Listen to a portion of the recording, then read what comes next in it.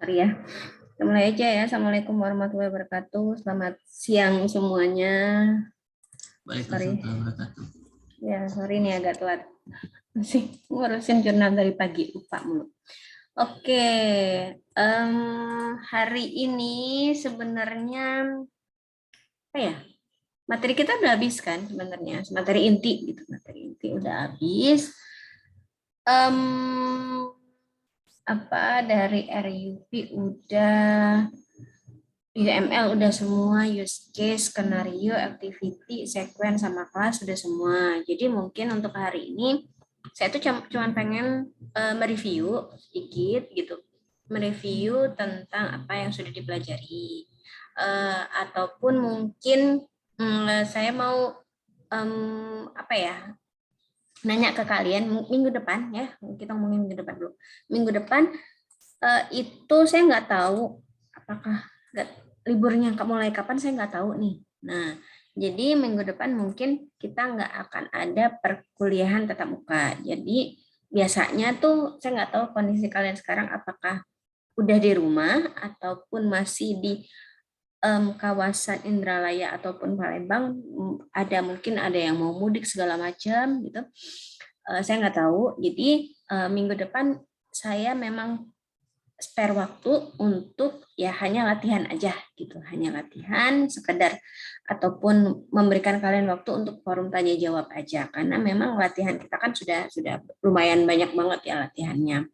Nah, jadi minggu depan jadi memang tidak ada materi atau tidak ada perkuliahan secara tatap muka, paling cuman ya kalau misalnya kalian mau tanya mungkin lewat chat ataupun lewat forum di grup juga boleh gitu, ataupun mungkin saya kasih sedikit apa ya, latihan, dan latihannya sebenarnya nggak usah dikumpul, kalian cuman silakan dipelajari, mau dibikin silakan, nggak mau dibikin juga nggak apa-apa gitu. Dan mungkin itu juga menjadi saya nggak bisa bilang kisi-kisi juga ya, karena biasanya kalau untuk APPLBO ini untuk UASnya itu soalnya itu akan dikumpulkan antara sama dosen-dosen yang lain gitu. Jadi paling ya saya kasih latihan dan mungkin itu adalah kisi-kisi dari saya. Nah, saya nggak tahu apakah itu memang akan mirip dengan UAS ataupun enggak. Saya nggak tahu karena ya itu tadi, misalnya ketika di rapat, misalnya soalnya harus diubah, diupdate, ditambah, dikurang, seperti itu saya nggak tahu. Yang pasti nanti minggu depan saya kasih latihan aja begitu. Ya, karena kalau saya lihat tanggal 9 Mei kan kita libur sampai tanggal 7 ya, 7. Terus tanggal 9 itu udah masuk pekan UAS. Nah, apakah langsung UAS ataupun enggak, saya juga belum dapat info ya, gitu. Nah, jadi minggu ini memang hanya sekedar review aja sedikit. Kalau misalnya ada yang bingung, nanti saya kasih tempat ininya ya untuk kalian menuliskan apa yang masih bingung. Terus mungkin saya juga akan minta kalian kira-kira mau bentuk soalnya yang gimana gitu. Nah, jadi minggu depan cuman saya kasih latihan, ya silakan kalian kerjakan atau silakan kalian baca, mau diskusi secara kelompok juga boleh, mau ngerjain sendiri boleh, karena juga tidak ada perkuliahan tatap muka. Karena ya itu tadi, kalau saya kasih tugas kita memang sudah banyak dari kemarin, dari awal sampai akhir kemarin kan udah banyak banget tuh, tiap minggu ada aja tugasnya. Terus juga biasanya kan udah mulai mudik, biasanya kalau dikasih tugas pada waktu mudik juga keteteran. Nah, itu tadi, jadi jangan sampai apa ya, jangan sampai ya udahlah saya kasih waktu istirahat. Nah, mungkin untuk hari ini sebentar, saya tadi udah siapin terus ketutup. Buka lagi nih. Ya. Jadi di sini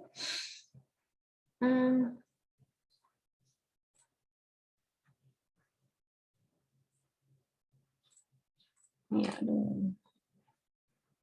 Sebentar.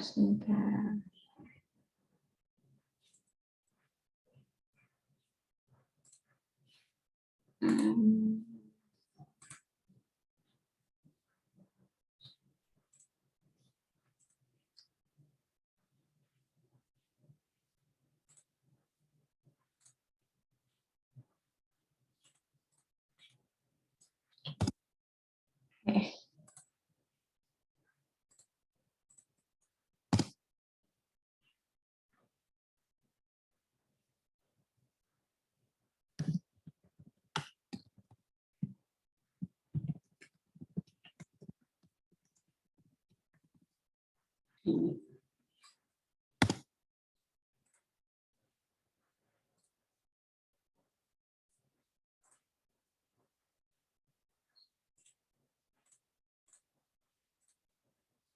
Ya, nah ini dia sih. Hilang share. Nah, sekarang saya kasih link dulu. Itu di chat sudah ada link Padlet ya. Masih ingat kan cara main Padlet tuh? Nah, di Padlet ini saya minta kalian untuk menuliskan ya, menuliskan kira-kira pengen bentuk soal latihan APPLBO-nya tuh gimana pertama, ataupun kalau misalnya mau tanya tentang atau ada yang belum dimengerti tentang APPLBO, silakan dituliskan juga di sini. Caranya masih ingat kan? Di sini ada tanda tambah, terus klik post, terus ya silakan dituliskan. Silakan dituliskan. Mau pengen bentuk soal APPLBO-nya itu yang bentuk gimana gitu. Ataupun ada materi-materi yang masih kurang jelas, silakan dituliskan di sini kalau mau ada yang mau ditanyakan. Silakan ditulis dulu ya. Saya juga sambil review jurnal. Jadi belum selesai. Udah lama diminta, terus saya lupa mulu. Itulah, suka. Ya udah nanti aja. Ujung-ujungnya gini nih.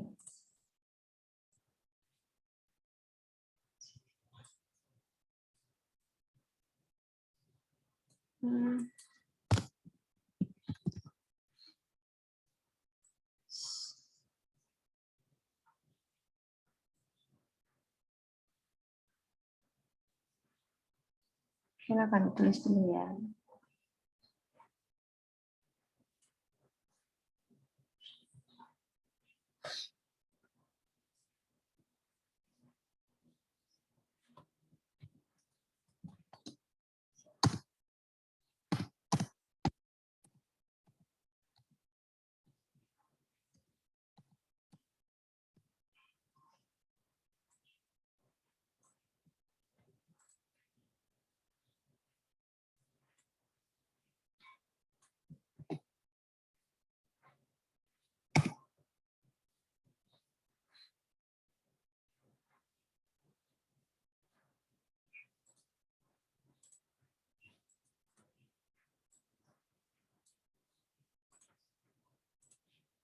Silakan diketikkan mau bentuk soal.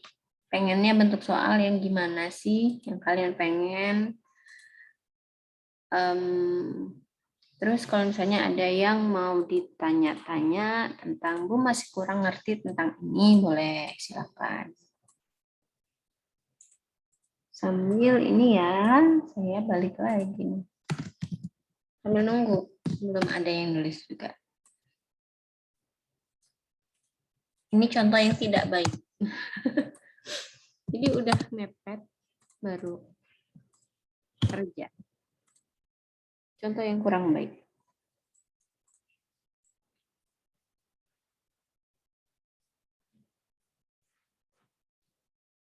Kalau nggak mepet, nggak kerja.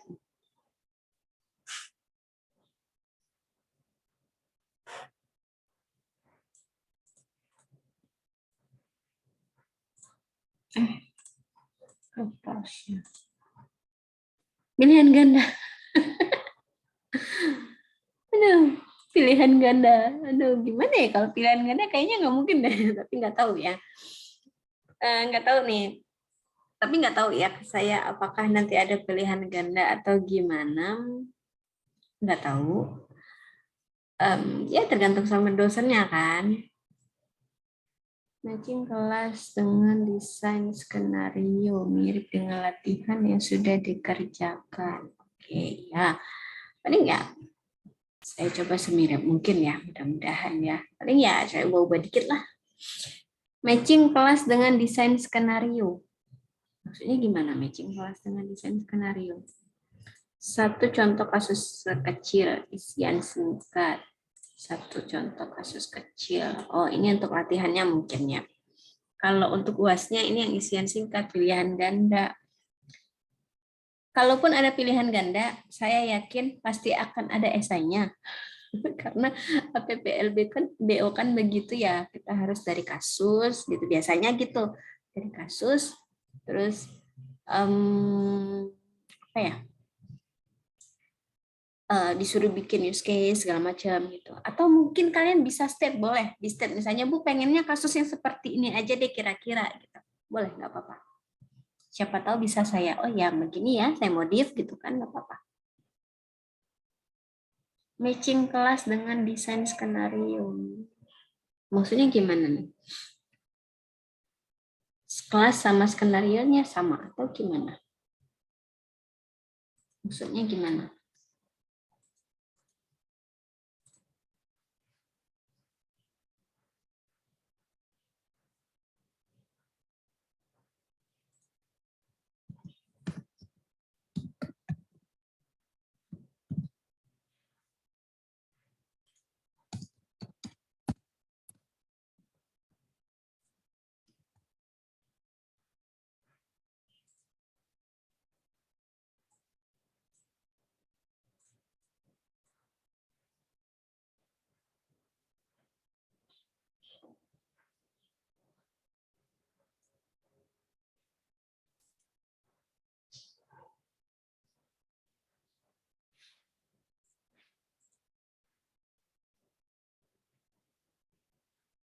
Mencocokkan gambar dengan namanya.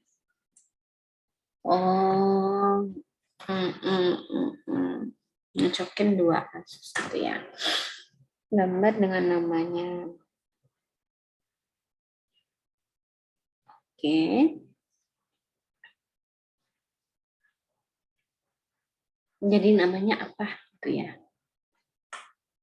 Masih suka bingung Bu di bagian pembuatan use case, apalagi pada saat satu kasus yang melibatkan lebih dari 2 aktor. Ya, jadi kalau untuk bikin use case ya, intinya gini. Kalau kalian mau membuat use case ataupun sebenarnya pada saat membuat apapun gitu di dalam APPLBO, intinya kalau saya sih cara saya adalah saya menjadi sistemnya. Saya pura-pura gitu.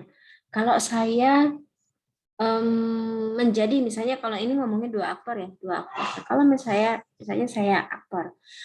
Kalau saya menjadi aktor misalnya mahasiswa gitu. Apa sih yang bisa saya lakukan terhadap sistem tersebut gitu. Ataupun misalnya kalau saya menjadi admin, apa sih yang bisa saya lakukan? Misalnya kalau dari kasus ya, ada kasus, terus misalnya ada anggap aja kasusnya tentang sistem informasi akademik. Sistem informasi akademik yang melibatkan mahasiswa sama dosen ataupun sama admin gitu ya. Nah, jadi kalian itu harus bisa meng-highlight dulu kalau misalnya oke, sudah tahu aktornya ada 2, anggap aja mahasiswa sama admin misalnya gitu. Ada 2 dulu. Nah, misalnya kita ini dulu, misalnya berarti saya harus memposisikan diri saya sebagai mahasiswa. Saya posisikan diri sebagai mahasiswa. Saya baca dulu kasusnya, mulai dari awal, kalimat pertama, tapi kalian highlight gitu yang berhubungan sama mahasiswa atau yang bisa dilakukan oleh mahasiswa. Highlight dulu, baru nanti kumpulin yang bagian mahasiswa. Jadi melihatnya kalau misalkan untuk kalau misalkan membuat kebutuhan fungsional ya, sebelum ke use case kan bikin kebutuhan fungsional dulu. Kebutuhan fungsional kalau misalkan sistem itu membutuhkan lebih dari 2 aktor, lebih dari 1 aktor, jadi 2 aktor atau lebih gitu. Lebih enaknya kalian melihat dari user requirement, jangan dari system requirement. Kalau system requirement itu lebih enak kalau khusus untuk 1 aktor. Kan kita kan untuk requirement kan ada 2 macam tuh. Ada user sama ada sistem. Dilihat dari sisi sistem dan dilihat dari sisi user. Kalau misalkan aktornya lebih dari 1, maka gunakan yang user requirement. Jadi itu tadi, misalnya ada kasus dibaca, aktornya udah tahu ada 2, bakal ada 2. Ya udah, satu-satu dulu. Misalnya aktor sebagai mahasiswa. Mahasiswa highlight dulu yang berhubungan sama mahasiswa. Highlight, terus kasih pisahin. Udah dibikin nanti user atau mahasiswa dapat melakukan apa gitu. Terus satu lagi udah selesai dari mahasiswa dari awal sampai akhir dibaca ya, yang berhubungan sama mahasiswa di highlight. Terus satu lagi kan berhubungan sama admin. Admin bisa melakukan apa? Highlight lagi yang berhubungan sama admin gitu, bisa melakukan apa, bisa melakukan apa. Nah, nanti dari kalau saya pribadi seperti itu. Jadi kalau misalnya dua aktor atau lebih gitu, saya biasanya jarang saya gunakan dilihat dari sisi user requirement, system requirement. Biasanya saya pakai yang user requirement karena apa? Lebih enak metainnya daripada kalau dari sisi sistem requirement. Sistem requirement kan hanya melihat dari sisi sistem. Dia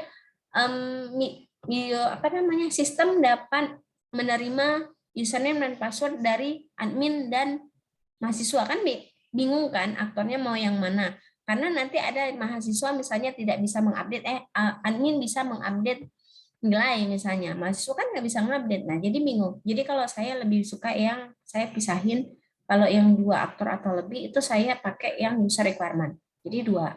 Nah, bikin use case-nya juga lebih mudah. Karena apa?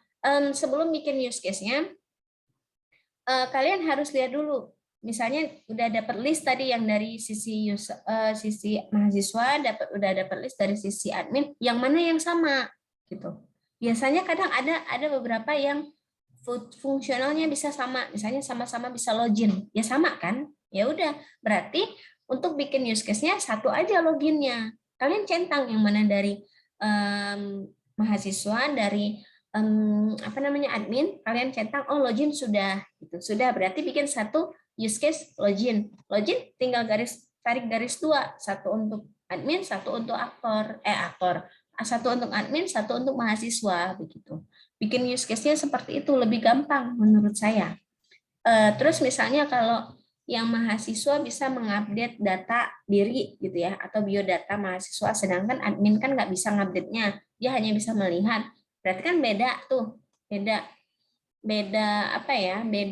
beda fungsional antara admin sama si mahasiswa. Ya udah, diskesnya dipisahin gitu, dibagi jadi dua. Yang berarti yang bisa update, yang bisa update lah ya, update itu adalah dari sisi si mahasiswanya, sedangkan mahasiswa mungkin nggak bisa delete gitu ya, nggak bisa delete diri sendiri gitu. Tapi kalau misalnya dari sisi admin hanya bisa melihat dan bisa mendelete, misalnya mahasiswanya DO atau apa. Sebenarnya kalau di dalam simak itu nggak boleh delete kan, kita harus ada statusnya. Ayo udah, kita anggap aja nggak ada delete ya, kita cuma melihat mahasiswa use admin cuma bisa view, berarti kan dua-duanya kan punya fungsionalitas yang berbeda. Ya udah, jangan ditaruh dua-duanya. Jadi satu yang untuk update hanya untuk mahasiswa, sedangkan yang bisa view hanya untuk admin, seperti itu. Lebih enak seperti itu. Jangan dari awal. Jadi kalau misalnya kalian aktornya dua atau lebih, menurut saya nggak usah dibuat sistem requirement. Jadi bikin user requirement. Dilihat dari sisi usernya, lebih gampang. Kalau dari sisi sistem kan berarti kita hanya melihat kerja sistem, nggak melihat user. Kalau sistem kan hanya satu kerjanya, gitu. Udah tahu kan? Tapi kan yang bisa melakukan fungsionalitas itu kan ada dua orang atau dua role yang berbeda. Gitu. Bikin use case-nya kalau misalnya dua aktor, awalnya dari sistem requirement, saya bingung. Kadang harus dipisahin lagi yang mana yang aktor, yang mana yang aktor satu, yang mana aktor dua gitu. Jadinya ribet. Nah, lebih baik dari awal udah kita pisah dulu, kita pecah langsung nanti ketika use case lebih gampang dianya. Itu sih kalau tipsnya ya. Jadi kan memang oleh karena itu kan di dalam requirement-nya sendiri kan ada dua pendekatan, dari sisi sistemnya dan dari sisi usernya. Sebenarnya sama aja tuh mereka berdua tuh, dari sisi user sama dari sisi sistem. Ujung-ujungnya kalau misalnya kita udah punya user requirement, mau dibikin sistem requirement juga bisa. Udah punya sistem requirement, dibikin user requirement bisa juga, sama sih, sama aja mereka antara requirement, tapi ngelihat dari sudut pandangnya aja yang berbeda. Jadi ngelihat dari sudut pandang yang aktor, kalau dua aktor ya, aktor satu, aktor dua. Tapi kalau misalnya aktornya cuma satu, lebih enak tadi ngelihat dari sisi sistem, karena nggak akan ada yang miss. Tuh. Seperti itu, mencocokkan gambar. Matching kelas dengan desain skenario. Ya, jadi cocok-cocokin gitu ya, garis-garis gitu ya. Tapi nggak tahu nih, kalau untuk UAS saya nggak bisa. Ya bakal ada pilihan ganda, ya bakal ada yang matching seperti ini, saya nggak bisa ngomong. Karena belum ini ya, belum. Ya itu tadi, karena memang soalnya dibikin bersama, UAS bersama. Saya nggak tahu nih, bakal UAS bersama atau nggak kalau PPLB. Kalau yang kemarin, tahun kemarin ada UAS bersamanya, tapi saya nggak tahu tahun sekarang. Kayaknya bakal ada. Yang pasti yang ada UAS bersama itu yang pemrograman. Pasti. Yang mulai dari Alro sampai ke OOP ya, itu yang pasti akan ada UAS bersama. Nah, untuk APP LBO belum, biasanya sih koordinasi dulu sama dosen-dosen yang mengajar gitu, karena bukan saya sendiri kan yang ngajar, banyak, ada beberapa. Nah, jadi itu jadi harus koordinasi dulu apakah akan soalnya kita buat bersama dan UAS bersama atau sendiri-sendiri. Jadi belum ada ketentuan. Jadi belum bisa ngomong bakal begini belum tahu. Tapi mudah-mudahan insya Allah ya, insya Allah. Jadi soal latihan yang akan saya kasih minggu depan itu adalah, kalaupun misalnya itu soal UAS bersama itu akan adalah soal yang mirip yang akan saya sampaikan ke dosen-dosen yang lain, mirip ya. Tapi kalaupun misal tidak ada ujian bersama, berarti UAS-nya ya saya akan keluarkan yang mirip dengan soal latihan itulah, karena saya bikin sendiri kan, maksudnya nggak ada campur tangan dosen yang lain. Tapi kalau misalnya ada campur tangan dosen yang lain, maksudnya kita bareng-bareng bikin gitu. Nah, soal itu juga yang akan saya ajukan, ya, yang akan saya ya ajukanlah sama dosen-dosen yang lain. Jadi nggak tahu apakah ya setuju ataupun masih nanti, oh ini kita kurangin, oh ini kita tambahin, oh ini kita modifikasi, ya tergantung dosennya lagi ya. Jadi saya nggak bisa nge-step bahwa ini harus seperti ini. Masih untuk soal luasnya masih fleksibel, belum tahu. Tapi untuk mungkin untuk minggu depan itu soalnya bakal dalam bentuk itu tadi, kasus kecil ya, bukan seperti yang temannya bilang ini kasus kecil. Ya, kasus kecil yang ya paling nggak jauh lah dari latihan yang sudah kita buat, yang sudah kita ya buat satu semester ini, ya seperti itu. Kurang lebih mirip-mirip lah saya buat nanti. Ada lagi? Boleh, silakan. Nggak apa-apa. Kita tunggu sampai jam 12. Kalau ada yang mau curhat, curhat boleh. Silakan ditulis aja langsung di Padlet. Mungkin kalau mahasiswa itu suka malu ngomong kan. Kalau ngomong kelihatan tuh namanya. Kalau di sini kan nggak kelihatan namanya tuh. Saya juga nggak tahu ini pertanyaan siapa gitu, nggak apa-apa. Sengaja. Kalau di sini nggak tahu kan. Jadi ya udah silakan tuliskan apa yang pengen kalian omongin, pengen kalian ceritakan, pengen kalian diskusikan, gitu silakan.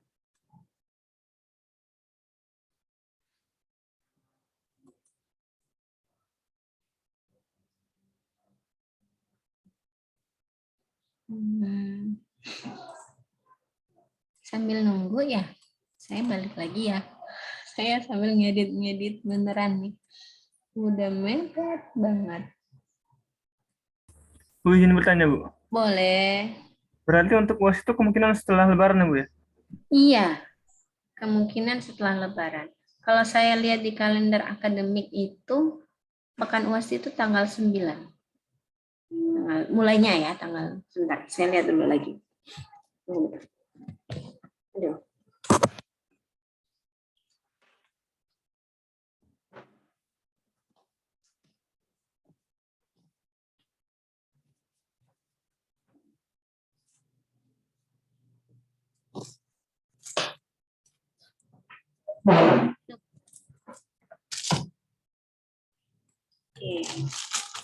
Kalau di kalender akademik ya ujian akhir semester genap itu 9 sampai 13.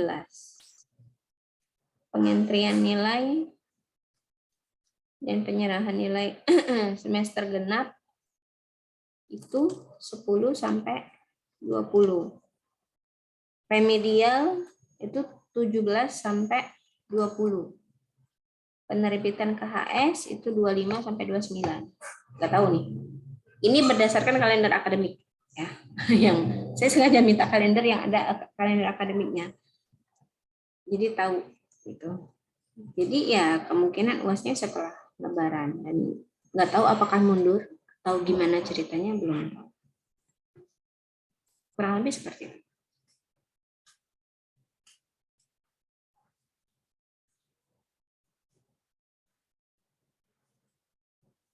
Kalau di sini sih 1 sampai 3 cuma cuti bersama. 1 memang hari buruh ya hari Minggu. Tanggal 2 hari raya.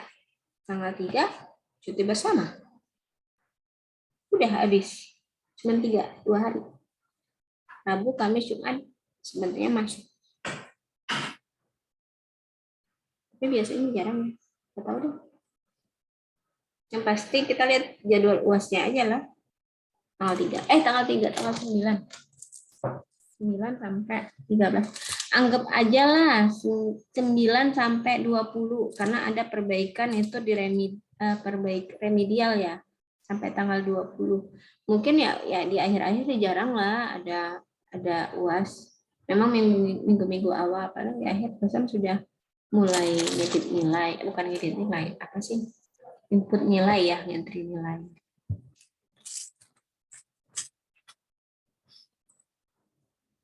Seperti itu.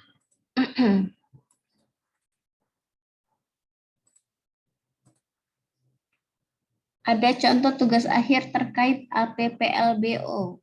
Maksudnya gimana? Tugas akhir terkait APPLBO. Semua tugas akhir kayaknya ada semua APPLBO-nya ya, karena ada desainnya kan. Kalau karena memang ya itu tadi ada desainnya, maksudnya ada metodologi pengembangan perangkat lunak. Ada, coba sebentar. Saya lihat dari mana ya, drive aja deh.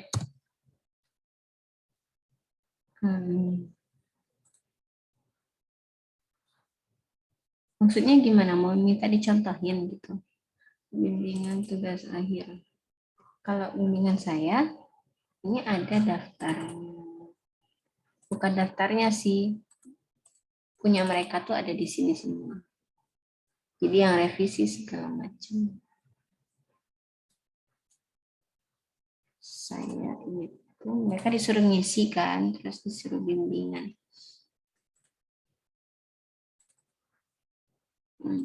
Baca ini ya.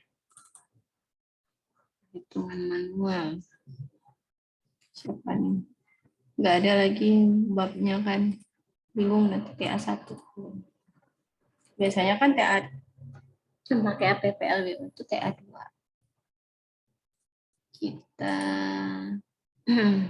Kita lihat yang TA2-nya aja.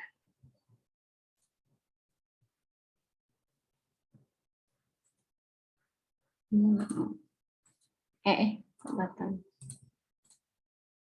Nah, ini.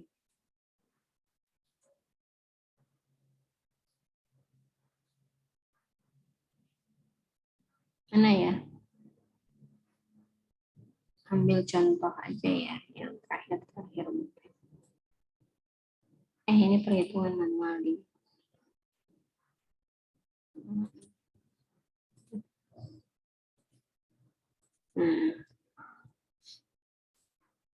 Kalau contoh, maksudnya contoh gimana? Contoh yang benar.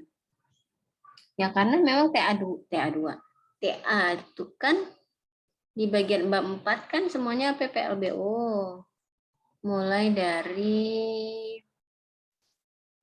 ini kebetulan dia pakai RUP kan.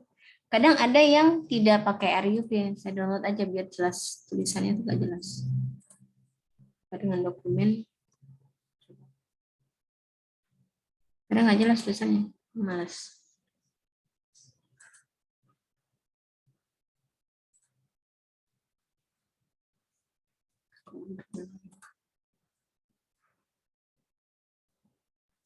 Gambarnya juga.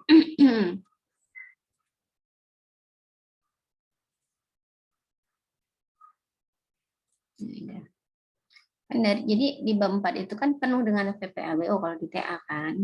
Jadi ini RUP. Ya kita bukan ngomongin kasusnya ya. Kita cuma ngelihat ini aja. Jadi memang di sini kan kebutuhan fungsional dituliskan.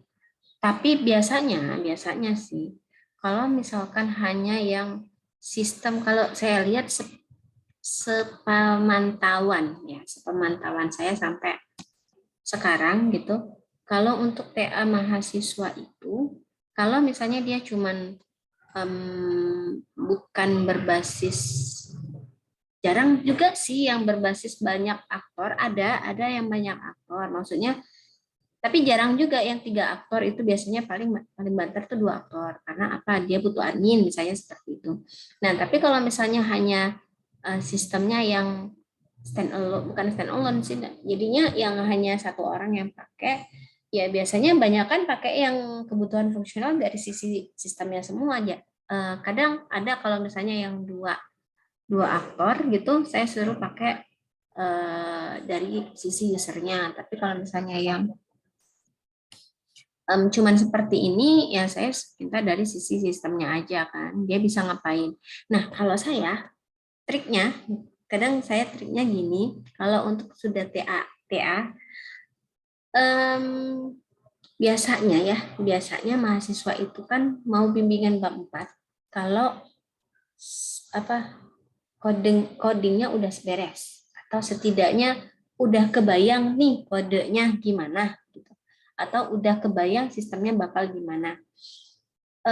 Kebanyakan yang seperti itu, kebanyakan mereka minta baru bimbingan ketika kodenya udah selesai atau programnya udah selesai.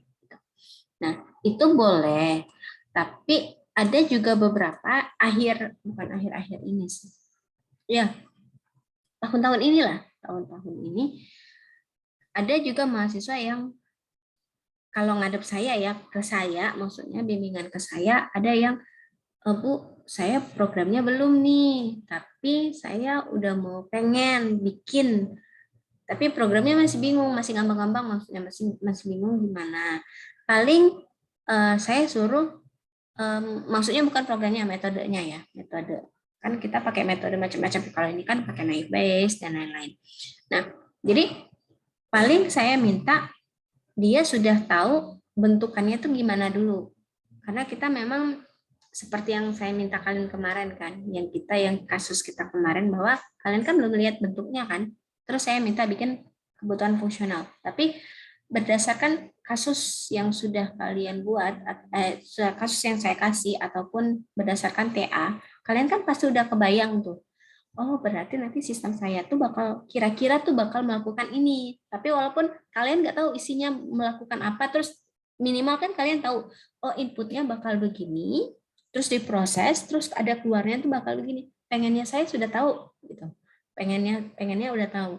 Nah, jadi kalaupun misalkan kalian belum tahu atau belum bisa membuat program, untuk bikin kebutuhan fungsional itu sebenarnya udah bisa mulai. Itu mahasiswa saya itu kemarin ada beberapa.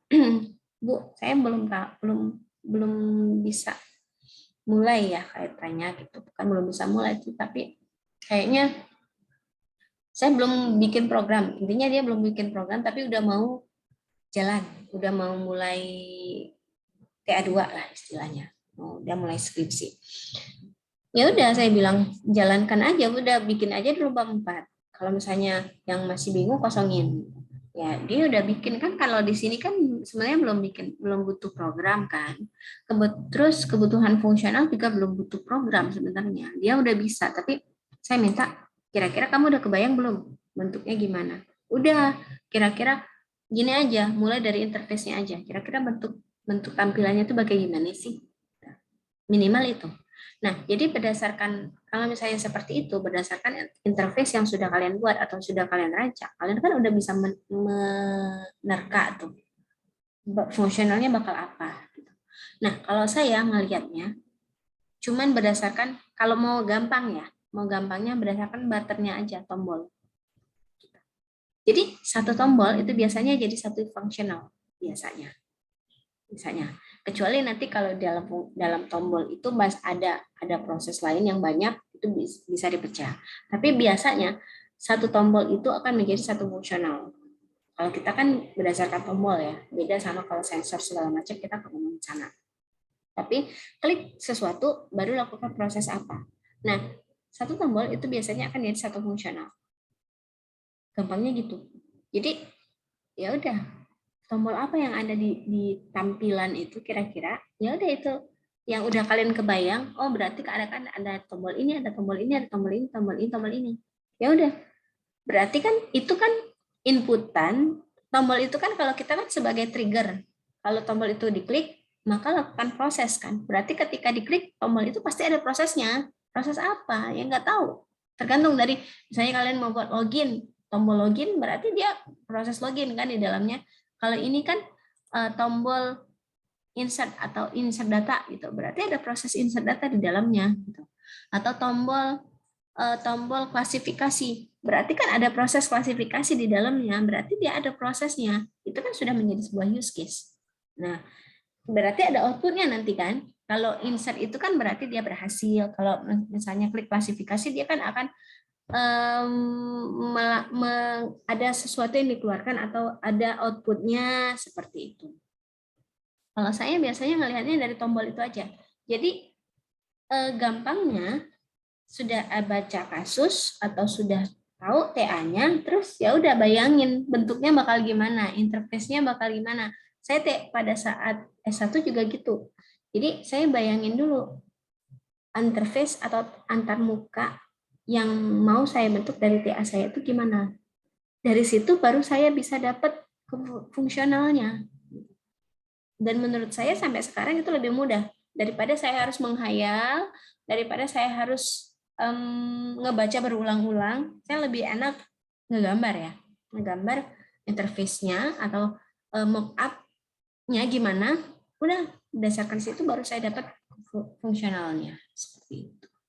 Nah, terus dari fungsional udah mulai bisa nih bikin, ini contoh ya. Contoh data, contoh perhitungan. Nggak tahu yang udah benar apa yang masih revisi, saya lupa.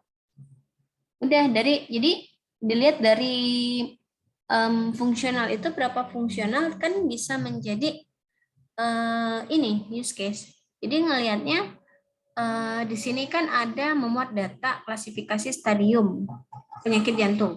Jadi kan kalau dilihat di atas kan dia tadi ada 3 ya. Ada 3 kalau nggak salah kebutuhan fungsional. Nah kan memuat data berarti jadi satu use case. Ada input masukin data, terus proses nyimpen, terus outputnya datanya berhasil atau enggak gitu. Terus melakukan klasifikasi. Sebenarnya kan menghitung dan menampilkan ini kan adalah hasil. Ya kan, adalah hasil dari mana? Hasil dari menghitung apa? Menghitung klasifikasi ini, gitu. Jadi 2 use case di sini bisa dijadikan dua kebutuhan fungsional ini kan jadi satu use case. Ya udah, kan use case itu kan ada input, ada proses, ada output. Nah ini kan dia gambarin melakukan klasifikasi, terus outputnya apa? Menampilkan hasil kan, menampilkan hasil. Berarti ini outputnya sebenarnya. Makanya dia hanya membuat 2 use case di sana, yaitu input sama klasifikasi, karena klasifikasi outputnya adalah menampilkan. Jadi 2. Jadi untuk melihat kesamaannya. Terus ini juga kadang kebutuhan non fungsional kayak kadang kita anggap enteng ya, kayak ini belum revisi. Kebutuhan fungsional ini kadang kita anggap enteng.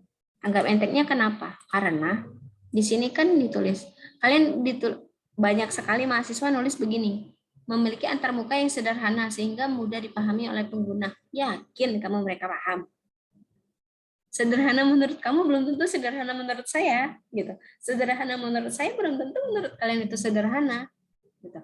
Belum tentu kan. Jadi ketika kita men-state sebenarnya ini benar, maksudnya apa? Gampang, gitu ya, gampang. Kebutuhan non fungsional itu kan ada banyak macam. Salah satunya itu adalah bagian interface. Nah, bagian interface ini ya kadang kita bilang yang sederhana, mudah dipakai oleh pengguna, tapi gimana cara ngukurnya? Kan setiap kebutuhan itu kan harus bisa diukur nih.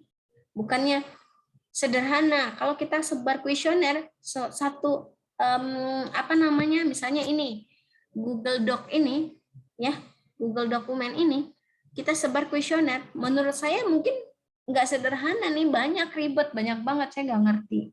Tapi kalau orang yang biasa make, sederhana biasa.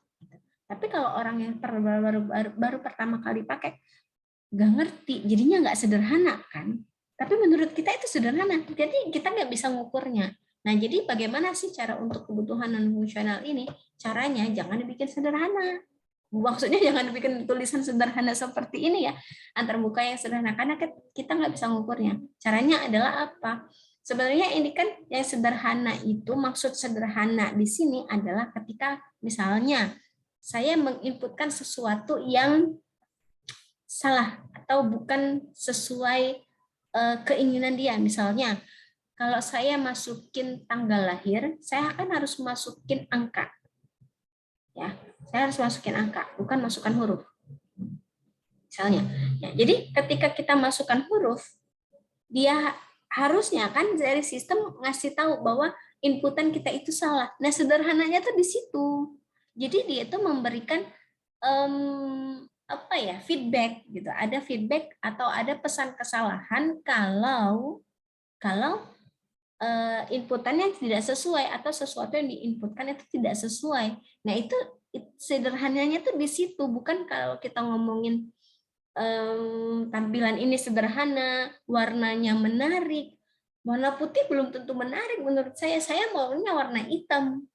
Terus saya dibikin sistemnya dibikin warna hitam, kata orang lain hitam itu sakit matanya. Saya suka warna putih, kan nggak bisa diukur jadinya. Tapi kalau misalnya kita tulis bahwa sistem tersebut memiliki apa ya, feedback kalau misalkan ada input yang salah, yang seperti itu gitu, cara kata-katanya gimana gitu ya, pokoknya intinya seperti itu, maka kita bisa mengukur kan. Kalau misalnya saya inputkan tanggal lahir saya tadi, saya masukin huruf, ya, saya masukin huruf, dia keluar peringatan bahwa input yang ada masukkan salah, bisa diukur dong. Nah, seperti itu. Jadi semua kebutuhan fungsional itu harus bisa terukur. Kalau non fungsional juga harus bisa diukur. Cara mengukurnya seperti itu. Kebutuhan fungsional diukurnya lewat mana? Diukurnya dari keberhasilan dari si kebutuhan ini. Kebutuhan fungsional tadi 3, sekarang jadi 2. Kenapa jadi 2? Karena yang nomor 3 tadi sudah termasuk dalam nomor 2. Menjadi output dari sini. Gitu. Nah, dari use case ini terus ya udah, ini kan tabel definisi cuman ya. Jadi skenario kan, skenario awalnya apa, terus ada kondisi alternatif ya. Nah, ini kan sebenarnya mengukur untuk kebutuhan non fungsionalnya. Kalau diklik tombol cancel gimana, kalau dia masukin apa gimana gitu. Ini sebenarnya untuk mengukur salah satu cara untuk mengukur non fungsionalnya. Terus yang kedua apa? Kondisi awal, data sudah terpilih nih. Jadi di sini kan dia tulis data sudah terpilih, bodoh amat mau dia milihnya berapa kali, pokoknya kondisi awal di sini yang klasifikasi datanya udah terpilih gitu, saya nggak peduli. Terus klik tombol uji performa di mana dia akan melakukan klasifikasi dan segala macam. Outputnya apa? Terus ini kalau diklik tombol apa? Gitu. Itu skenario ya. Terus nah ini activity-nya. Jadi dari dia browse, ngikutin aja kan activity berdasarkan skenario tadi, tampil apa, terus dia memilih apa, tekan tombol apa, terus kembali ini ngikutin dari skenario sama persis. Jadi kalau di skenarionya itu ada kondisi apa, kondisi akhir alternatif ya, berarti di sini akan ada 2 cabang nih. Terus juga di skenarionya ada, ya kalau tidak ada alternatif berarti ini lurus-lurus aja nanti. Karena ini ada alternatif semua, jadi ada 2 cabang. Nah, udah Kalau dari sequence saya memang lebih prefer itu kayak kemarin itu bikin codingnya dulu. Jadi kok harus ada kodenya biar gampang. Kenapa kalau kalian mikir seperti ini gak akan bisa terbuat nih sequence, pasti hancur sequence-nya, bingung. Ya, kalau saya biasanya seperti itu. Ya udah saya suruh bikin codingnya dulu atau coding minimal codingnya udah ada, baru kita pikir sequence lebih gampang. Misalnya ya. Oh, klasifikasinya belum nih malah. Nah ini dia nyicil juga, nggak apa-apa. Jadi kelasnya juga belum kelihatan jelas. Jadi kalau kelas diagram itu tadi, kalau saya ngelihatnya berapa banyak kelas yang muncul di dalam sequence itu harus sesuai dengan jumlah, minimal jumlahnya dulu nih kelas diagram. Seperti itu. Ya, kalau ngomongin TA semuanya ada APPLBO-nya di bab 4 minimal. Di bab 4 itu ya kayak kalian bikin saya suruh latihan tuh dari awal, dari fungsional sampai dengan kelas diagram. Semuanya seperti itu dari awal banget. Ada semua. Ya, kalau di TA. Kalau contoh tugas akhir terkait APPLBO, semua tugas akhir ada. Nggak ada yang menjurus khusus untuk APPLBO, enggak. Jadi kalau khusus untuk APPLBO mungkin bukan tugas akhir kita, tapi cuman apa ya, sebagai mungkin ada perancangan, tapi bukan di kita, karena di kita kan memang tujuannya minta ada bukan hanya kasus, tapi juga ada metode yang dipakai. Tapi APPLB-nya ada untuk pengembangan perangkat lunaknya. Ada lagi yang mau ditanya, silakan.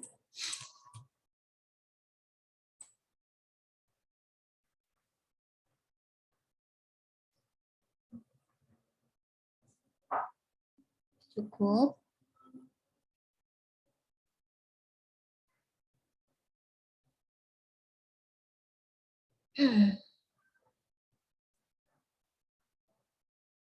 Oke, baik.